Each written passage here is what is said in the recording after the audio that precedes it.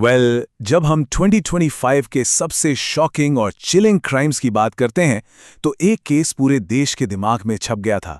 आज हम एक फोरेंसिक इन्वेस्टिगेटर की तरह उसी केस की फाइल खोलने जा रहे हैं, मेरठ का ब्लू ड्रम मर्डर केस। हम सिर्फ न्यूज़ हेडलाइंस नहीं पढ़ेंगे, बल्कि एक क्राइम सीन की गहराई और सबूतों को जोड़कर समझेंगे कि आखिर उस बंद दरवाजे के पीछे चल क्या रहा था। सोचिए जरा, इस एक अकेले सवाल से शुरुआत करते हैं। एक नॉर्मल सा चलता फिरता घर और अचानक वहां मिलता है एक बड़ा सा पूरी तरह से सील्ड प्लास्टिक ड्रम। आखिर क्यों? ये कोई आम मिस्ट्री नहीं है, बल्कि एक मैकैब्र क्राइम सीन का सबसे बड़ा सबूत है। ये वही पॉइंट है जहां से हमारी फोरेंसिक इन्वेस्टिगेशन की शुरुआत होती है। आज इस केस डॉसियर को हम 5 हिस्सों में डिकंस्ट्रक्ट करेंगे। डिस्कवरी से लेकर मोटिव, मोडिस ऑपरेंडी, सबूतों को छुपाने का तरीका और आखिर में इसके लीगल आफ्टरमैथ तक हम सब कुछ स्टेप बाय स्टेप एनालाइज करेंगे। तो चलिए सबसे पहले फेज से शुरू करते हैं, द ब्लू ड्रम डिस्कवरी। मार्च 2025 की बात है। मेरठ, एक फॉरेंसिक पर्सपेक्टिव से ना यहाँ एक बहुत बड़ा रेड फ्लैग दिखा। केस के मुख्य किरदार मुस्कान और साहिल बिल्कुल नॉर्मल बिहेव कर रहे थे, जैसे उनकी लाइफ में कुछ अजीब हुआ ही ना हो। लेकिन विक्टिम सौरभ राजपूत की फैमिली को कुछ तो बेहद सस्पिशियस लगा, और इस इंटेंस सस्पिशन की वजह से आखिरकार पुलिस को उस घर की तलाशी लेनी पड़ी। क्राइम एनालिसिस में ये जो अचानक से सब ठीक है वाला बिहेवियर होता है ना, ये अक्सर सबसे पहला इशारा होता है कि कहीं कुछ बहुत गलत चल रहा है। और जब पुलिस इन्वेस्टिगेशन टीम ने क्राइम सीन को रिगरसली सर्च किया, उन्हें मिला वो बड़ा सा नीले रंग का प्लास्टिक ड्रम जो टाइट सील किया हुआ था। जैसे ही उस ड्रम की सील तोड़ी गई, इट वॉज हॉरिफाइंग। अंदर सौरभ राजपूत की बॉडी थी। लिटरली इस डिस्कवरी ने पूरे देश में एक शॉकवेव भेज दी। वायरल मीडिया कवरेज ने इस अपराध स्थल को हर स्क्रीन पर ला दिया। हर कोई बस यही सोच रहा था कि आखिर उन 4 दीवारों के बीच ये सब एग्जीक्यूट कैसे हुआ। अब आते हैं दूसरे हिस्से पर, मोटिव और कॉन्स्पिरेसी। आखिर इस पूरे क्राइम की वजह क्या थी? देखिए, एक डेड बॉडी मिलने के बाद सबसे पहला सवाल यही आता है कि क्यों, कैसे एक शादी धीरे धीरे एक डेडली कंस्पिरेसी में बदल गई। ये टाइमलाइन बहुत क्रूशल है। सौरभ और मुस्कान की शादी होती है, लेकिन फोरेंसिक बैकग्राउंड चेक्स और इन्वेस्टिगेशन दिखाती हैं कि बाद में मुस्कान और साहिल शुक्ला के बीच एक रिलेशन डेवलप हुआ, और एग्जैक्टली यहीं से उस डार्क कंस्पिरेसी की शुरुआत होती है। सौरभ को रास्ते से हटाने का अलेज्ड प्लान बनाया गया, जिसे मार्च 2025 में प्रैक्टिकली एग्जीक्यूट किया गया। क्राइम्स ऐसे ही ओवरनाइट नहीं होते, उनकी एक कैलकुलेटेड टाइमलाइन होती है। तो इस सब के पीछे अलेज्ड मोटिव क्या था? स्ट्रिक्टली पुलिस रिपोर्ट्स और ऑफिशियल सोर्सेज के अकॉर्डिंग मोटिव बिल्कुल क्लियर कट था। मुस्कान और साहिल अलेज्ड रूप से एक साथ रहना चाहते थे, बिना सौरभ की इंटरफेरेंस के। एक इन्वेस्टिगेटर के पॉइंट ऑफ व्यू से मोटिव को समझना किसी भी इन्वेस्टिगेशन का बेस स्ट्रॉन्ग कर देता है। Let's move to the third part, modus operandi और मर्डर। क्राइम को एक्चुअली अंजाम दिया कैसे गया? यहां आकर इन्वेस्टिगेशन में एक बड़ा टर्निंग पॉइंट आता है, सेडेटिव्स। अब आप खुद सोचिए, सौरभ राजपूत एक एक्स मर्चेंट नेवी ऑफिसर थे। वो फिजिकली फिट, हाईली ट्रेंड और काफी स्ट्रांग थे। उन्हें सिंपली ओवरपावर करना आसान नहीं था। तो फोरेंसिक रिपोर्ट्स के मुताबिक क्या किया गया? मर्डर से ठीक पहले उन्हें अलेजिडली सेडेटिव्स यानी बेहोशी की दवाई दी गई। ये कोई हीट ऑफ द मोमेंट वाला क्राइम नहीं था, ये कंप्लीटली प्री प्लान्ड मूव था, ताकि सौरभ की तरफ से 1% भी फिजिकल रेजिस्टेंस ना हो।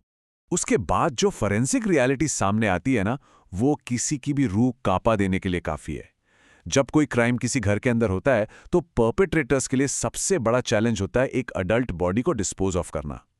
इन्वेस्टिगेशन कंफर्म करती है कि सस्पेक्ट्स ने विक्टिम की बॉडी को घर के अंदर ही डिसमेंबर किया, यानी उसके टुकड़े किए, सिर्फ और सिर्फ इसलिए ताकि क्राइम को इजीली छुपाया जा सके।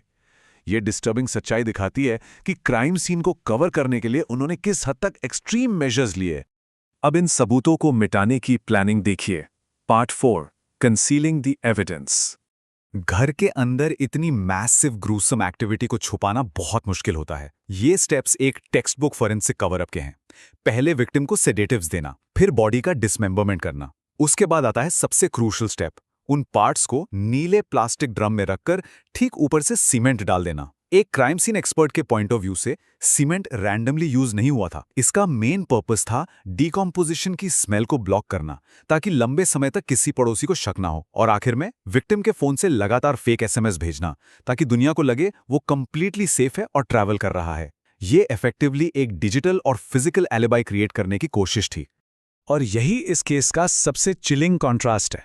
एक तरफ थी परसीव्ड रियलिटी, यानी दुनिया को जो झूठ दिखाया जा रहा था, सौरभ के फोन से आते नॉर्मल फेक टेक्स्ट और मुस्कान का बिल्कुल कैजुअल एवरीडे लाइफ जीना। पर ठीक उसके ऑपोजिट थी एक फॉरेंसिक रियलिटी। उसी घर की चार दीवारी के अंदर सौरभ की डिसमेंबर्ड बॉडी एक सीमेंट से भरे ड्रम में बंद थी। ये कंपैरिजन हमें दिखाता है कि कैसे सच्चाई को ठीक लोगों के कदमों के नीचे बरी किया जा सकता है, जबकि ऊपर सब कुछ नॉर्मल दिख रहा हो। चलिए इस डोसियर के आखिरी हिस्से पर चलते हैं, इन्वेस्टिगेशन और इसका लीगल आफ्टरमैथ। ड्रम और बॉडी रिकवर होने के तुरंत बाद लीगल मशीनरी पूरी तेजी से एक्शन में आ गई। मुस्कान रास्तोगी और साहिल शुक्ला को इमीडिएट इफेक्ट से अरेस्ट किया गया। लेकिन लॉ एनफोर्समेंट के पर्सपेक्टिव से सबसे ज्यादा स्ट्राइकिंग बात पता है क्या थी? उनकी चार्जशीट। पुलिस ने 1000 पेजेस से भी मैसिव चार्जशीट फाइल की। आप इस डॉक्यूमेंट के साइज से समझ सकते हैं कि केस में फोरेंसिक एविडेंस, स्टेटमेंट्स और इन्वेस्टिगेशन का वॉल्यूम कितना मैसिव था। फिलहाल ये पूरा केस जुडिशियल प्रोसेस में आगे बढ़ रहा है और ट्रायल ऑनगोइंग है। लेकिन देखिए, एक इतना बड़ा क्राइम सिर्फ जेल की सलाखों पर खत्म नहीं होता, उसके कॉन्सिक्वेंसेस लंबा सफर तय करते हैं। मीडिया रिपोर्ट्स रिवील करती हैं एक और कंप्लीटली अनएक्सपेक्टेड ट्विस्ट।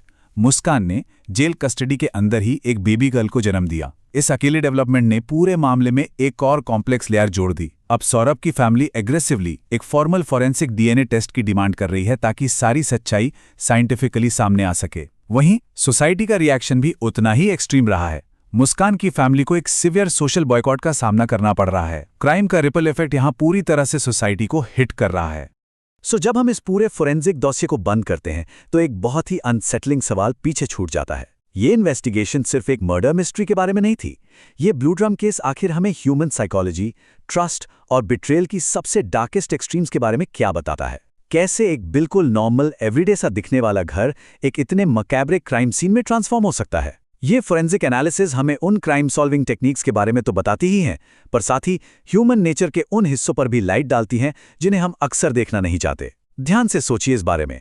आज के इस क्राइम सीन डीप डाइव में मेरे साथ जुड़ने के लिए धन्यवाद।